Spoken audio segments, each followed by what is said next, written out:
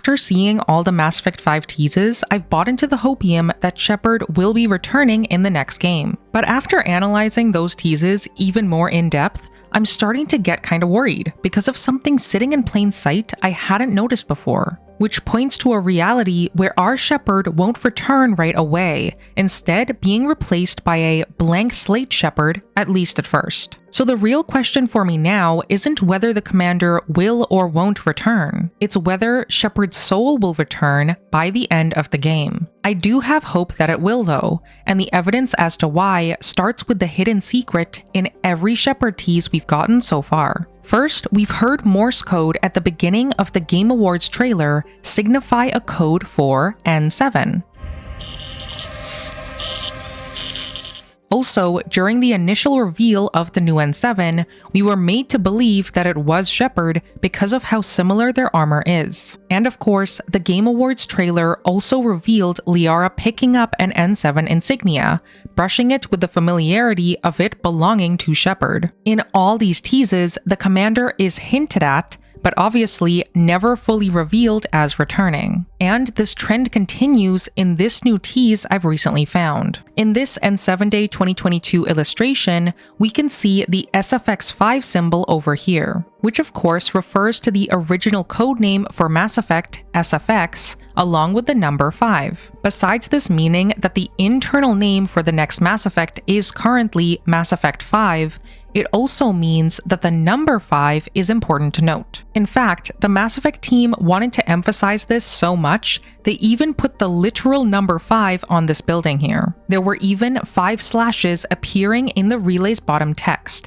and the Epsilon, Oculon, and Nebula teases here. So clearly, 5 of anything is very important, and there's even 5 of this new tease in the N7 Day 2022 illustration. We can see these 3 stripes here in exactly 5 different locations, and as to what they signify, the stripes are perfectly linear and parallel with each other, matching another type of symbol from Mass Effect 3 specifically. Anderson's military ranking on his hat and uniform had 4 stripes, representing that he was a captain, and the rank directly under captain in the Alliance is of course Commander, meaning that these 3 stripes represent a commander, and they've been put 5 times in this illustration. So the evidence pointing to Shepard through the teases is ridiculous at this point. We've seen multiple N7 related teases, there's been a Spectre reference in this other tease, and now we're seeing a tease referencing a commander. There's only one N7 Spectre and commander that we know of, so clearly Shepard is returning in Mass Effect 5. However, this isn't the hidden secret in all of these Shepard teases we've gone over. The actual secret is the way the teases have been presented. If we examine the teases looking at how they've been presented, instead of looking at what the teases are, I think it alters what each tease is trying to tell us about Shepard's return. The N7 Morse code is incredibly subtle, to the point of being too subtle, but it does provide us hope at what it could mean for our Shepard's return. These commander ranking stripes are again way too subtle, to the point where I feel crazy for even seeing it. But it does provide a lot of hope towards Shepard's return. And we see this again with Liara picking up this N7 insignia. We know what we want it to mean, but we don't know for sure if this does actually signify Shepard's return. So to me, with the way everything is presented, anticipation of Shepard's return is the actual point of these teases. But very crucially, I think this anticipation isn't setting up a reveal of our Shepard returning in a future trailer. I instead think this anticipation is because Shepard's potential return will be a continuing thread in the actual game. Now with that being said though, there have been way too many Shepard teases already, so I do think they'll be the main protagonist. But I'm starting to wonder if it'll even be our Shepard we're playing as, because of the themes we've been presented with in the Mass Effect 5 teases. One of the most repetitive hints so far is the Geth's involvement. We've seen the Geth crater, heard one speaking with Liara, and now we're seeing one wearing clothes. And I believe it's this last tease that tells us what role the Geth will play, along with one of the themes of Mass Effect 5. Wearing clothes is a sign of individuality that the Geth haven't before expressed. And most importantly, importantly,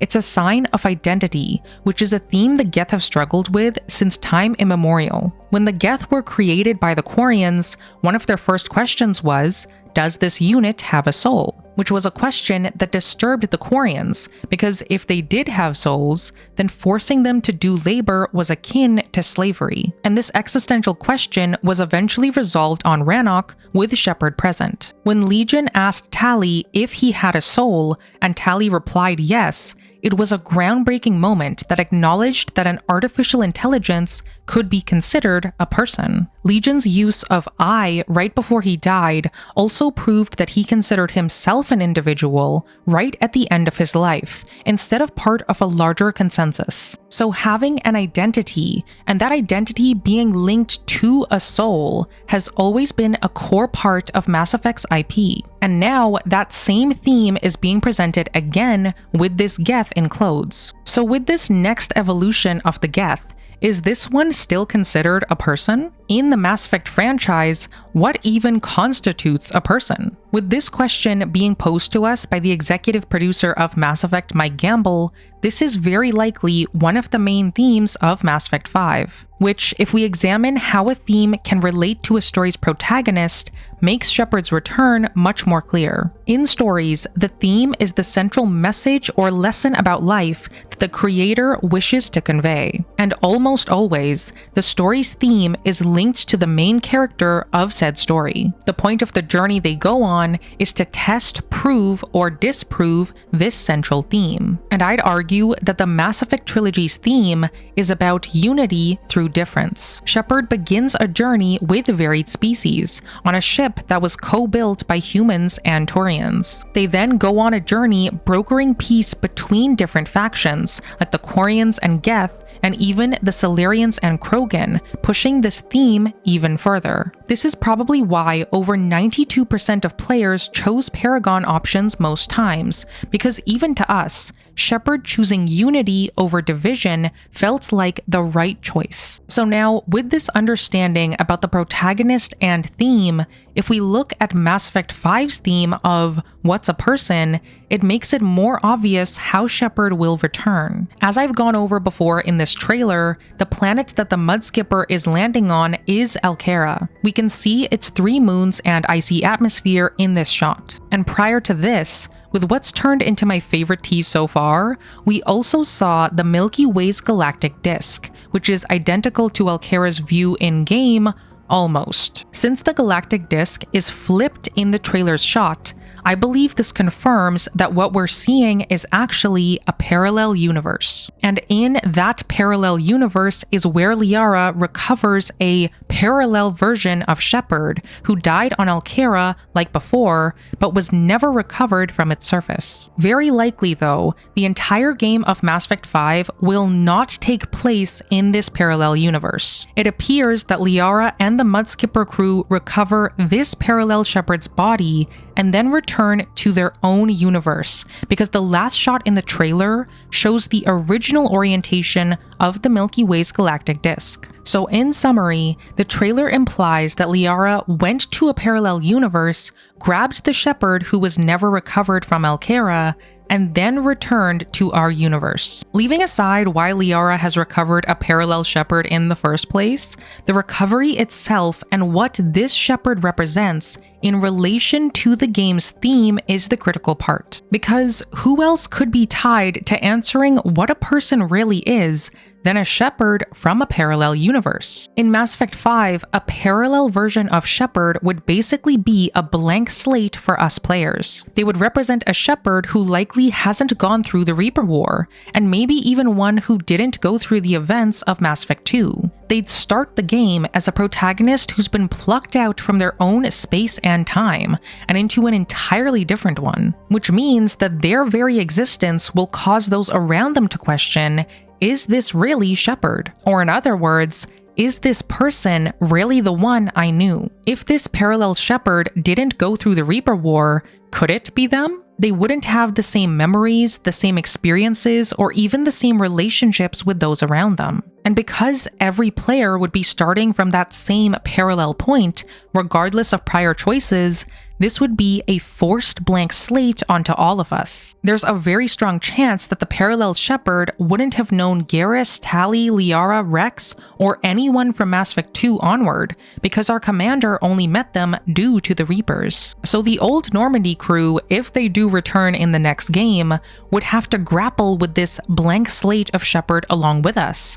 which would perfectly fit with the game's main theme. And I think a parallel version of Shepard would be considered a blank slate, because they don't have our commander's soul. So if all this is actually going to happen, then we have to give some thought into what makes a person's soul what it is. Because if Mass Effect has established that people are their souls, then maybe there's the potential for our Shepard's soul to return in the next game. So with that train of thought, is Shepard's soul linked to their body, or their mind, or something else altogether? I think in examining another Mass Effect 5 tease, we can rule at least one of these options out. I've gone over how the new N7 is likely an AI so many times, I'm not going to rehash it again. Suffice it to say, after multiple analyses, I'm 95% confident that it is an AI, and about 80% confident that it also has Shepard's military data. The N7-Day 2024 tease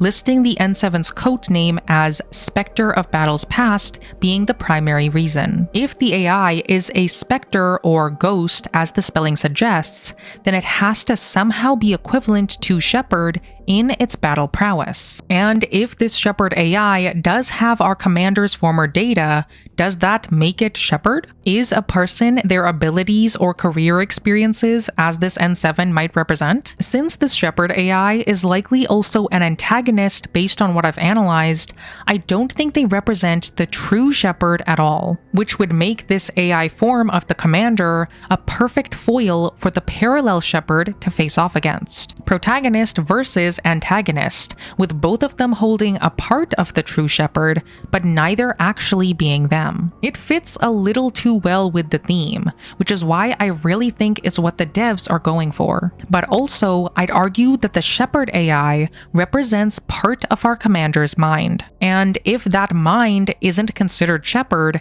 just as any AI based on an organic wouldn't, then we still don't have an answer to what Shepard really is. But we can rule out another potential option by analyzing the Citadel DLC plotline. In Mass Effect 3, when Shepard was confronted with their clone, if Maya Brooks is spared, she comments that the cloned Shepard wouldn't have spared her, to which Shepard responds, "You can't clone everything."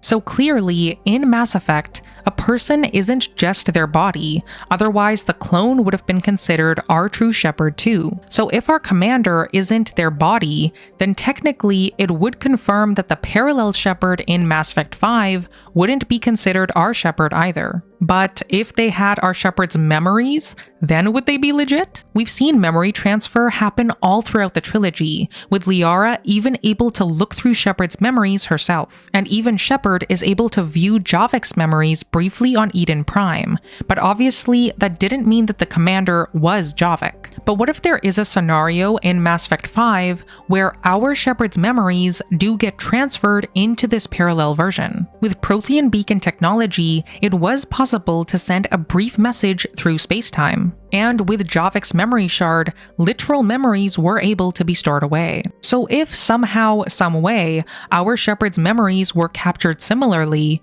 would the transference of those memories into the parallel Shepard make them the original? I think the scene where Shepard considers their own existence provides the answer. After watching the Elusive Man discuss how badly Shepard's body was mangled after their death, the commander says this.